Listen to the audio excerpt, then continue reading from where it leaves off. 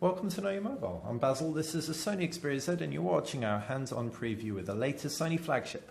The Xperia Z follows the Xperia S and the Xperia T, but adds a whole host of features to the mix, making it a much better handset. The strongest Sony have ever released, without a doubt. The reason for this is you've got a 5-inch Full HD display and the phone is weatherproofed. It's the only weatherproofed flagship device on the market right now, so it's really impressive.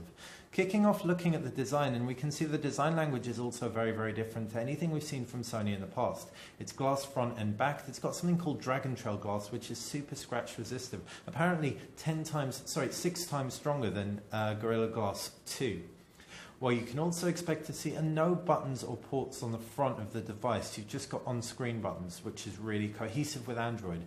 On the right-hand side is where all the buttons lie, and that's a power button and a volume rocker. The power button situated halfway down, making it really nice and easy to press.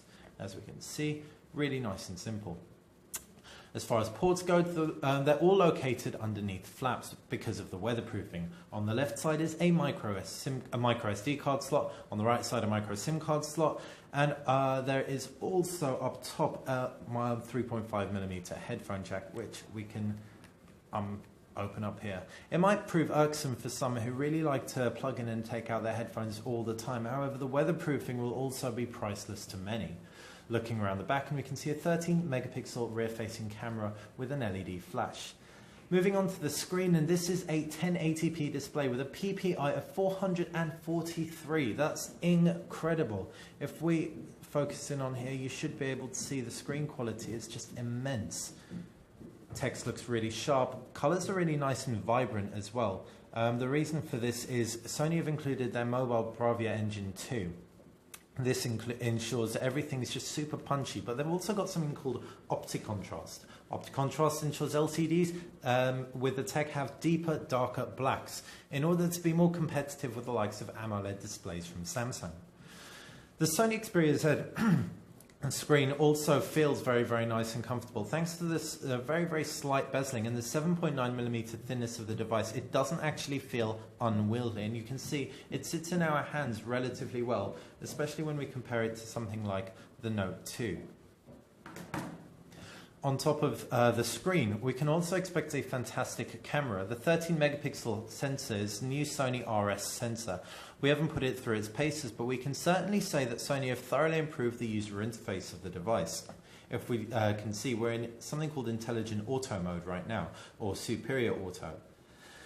We also have normal, burst mode, picture effect, scene selection, sweep panorama, front camera, and video camera. If we take a jump into video camera, we can also see HDR video, which ensures we get a higher tonal range in our video, which is really impressive. You can see the difference immediately right there. Do you see how much that improves the shot? Amazing. Right, hopefully when we get this in for review, we'll really give you a full rundown of how that performs. Jumping out of the camera, and we can take a look at the user interface of the phone, and it's got Jelly Bean, Android 4.1, so it's not the newest version of Jelly Bean, which is a bit of a shame, but we can still expect a very competent performing device, and the reason for that is Sony have updated their user interface. There's still the familiar widgets that we've come to know and love from Sony phones of old, which have been a highlight for us. However, they've also gotten rid of the widget overview, and now we can even add or remove entire home screens, as you can see, so we can make the desktop as extensive or as minimalistic as we want. The themes are also really nicely integrated. They're really rich, first of all, to look at. The reason being, the 1080p display is fully taken advantage of. Everything's optimized beautifully for it. But we can also see that elements inside the phone, and indeed the lock screen, also change when you change your theme, which is a fantastic, cohesive way to approach themes on devices, and you can really personalize it extensively. You can install the full range of Android apps from the Google Play Store, and there are a host of apps that Sony include on board. Perhaps our favorite is the new Stamina app, or at least Stamina mode. If you jump into power management, then you can see the Stamina mode option. When the phone's in standby, it can improve battery life for up to 10 times, which is hugely important. The Xperia T really let us down in terms of battery, and hopefully this will take full advantage of the 2,400 milliamp cell inside the device.